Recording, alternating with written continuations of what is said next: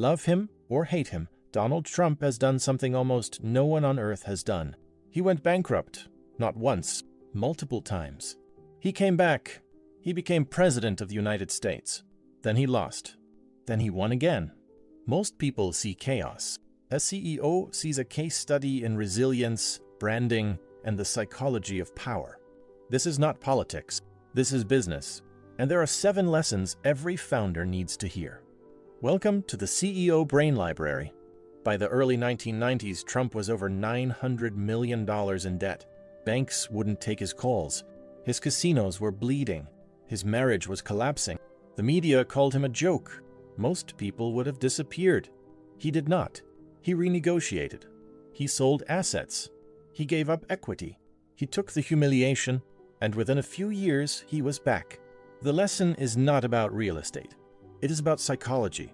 Trump understood something most successful people never learn.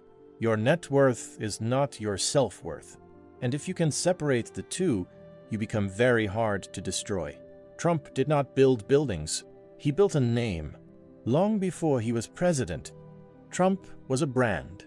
Hotels, casinos, neckties, vodka, steaks, magazines. Oh, university. Most failed or faded. The name survived. Why? Because he understood one thing. People do not buy products, they buy stories. The Trump story was winning, luxury, power. The Apprentice made him a symbol of authority. He was not playing a businessman on TV, he was branding himself as the ultimate businessman. The lesson for founders is brutal but true. Your company can fail. Your product can become obsolete. But if your name means something, you never start from zero. Build a brand that outlives your business. It is the only asset no one can bankrupt. When Trump was underwater on his debt, he did not file for personal bankruptcy. His companies did. That is an important distinction. He protected himself while letting the entities die. More importantly, he did not internalize failure. Most people lose money and then lose confidence. Trump lost money and kept acting rich. He kept flying private. He kept talking to the press. He kept projecting success. This is not delusion. This is strategy. Creditors lend to people who look like they can pay. Customers buy from people who look like winners. Employees follow people who look like they have a future. Perception is not reality, but perception creates reality. Act broke and you will stay broke. Act like you will recover, and people will help you recover. Most people fear debt. Trump used debt like leverage. He borrowed massively. He built towers with other people's money. When the market turned against him, he did not pay. He negotiated. He forced banks to take losses. This sounds ruthless because it is. But the business lesson is clean. Debt is not good or bad. Debt is a tool. The question is who controls the terms. Trump understood that banks are more afraid of a default than you are. When you owe $1 million, the bank owns you. When you owe $1 billion, you own the bank. The lesson is not to borrow recklessly. The lesson is to understand power. Debt is a relationship. If you go into it knowing who has leverage at each stage, you can use it to grow and survive downturns that kill over-leveraged competitors. Trump has been famous for 50 years. That is not an accident. He understood something before the internet made it obvious. Attention is the only currency that matters. He courted tabloids. He called into radio shows. He named buildings after himself. He insulted celebrities just to stay in the news. Long before social media, he was a master of the outrage economy. The business lesson is uncomfortable but undeniable. The best product does not win. The best marketed product wins. And the best marketed product is the one people cannot stop talking about. Trump turned every failure, every feud, every outrageous comment into free publicity. Founders who are too dignified to be interesting never get remembered. Listen to Trump speak. Short words, simple sentences, repetition, catchphrases. Make America great again. You are fired. Low energy. He does not sound like a CEO. He sounds like a billboard. This is not accidental. This is the most sophisticated communication strategy of the last 50 years.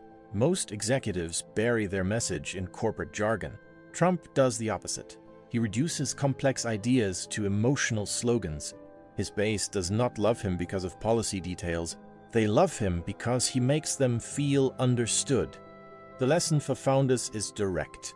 If you cannot explain your value proposition in one sentence, you do not have a value proposition. If your message requires a slide deck, it will not travel. Clarity is not stupidity. Simplicity is not dishonesty. The most powerful business idea in the world is useless if no one remembers it. Trump has been accused of countless things. He has rarely apologized. His approval rating has fluctuated wildly. His supporters have never left. Why? Because apologies signal weakness. And in Trump's world, weakness is the only unforgivable sin. His supporters do not want a humble leader. They want a fighter. Every attack is proof that he is threatening the right people. Every scandal is evidence that the system is against him. The business lesson is uncomfortable but valuable.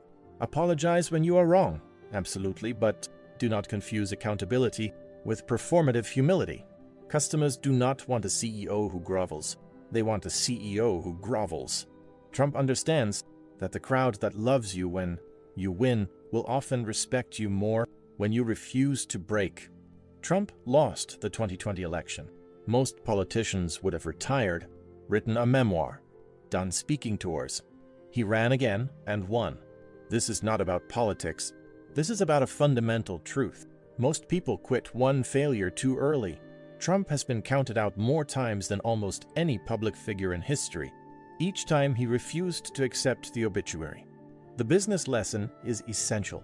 Resilience is not a personality trait. It is a decision. You decide that failure is not final. You decide that rejection is not identity. You decide to keep showing up when everyone expects you to disappear. Most founders fail because they give up, not because they run out of money, not because the market turns, because they stop believing they can win. Most people see chaos. You see a case study. Bankruptcies, comebacks, power, resilience. These are not political terms. They are business terms. And they apply whether you are building a startup or running a Fortune 500 company. Which of these 7 lessons hit closest to home? Drop it in the comments. This is the CEO Brain Library. Subscribe. Keep studying winners.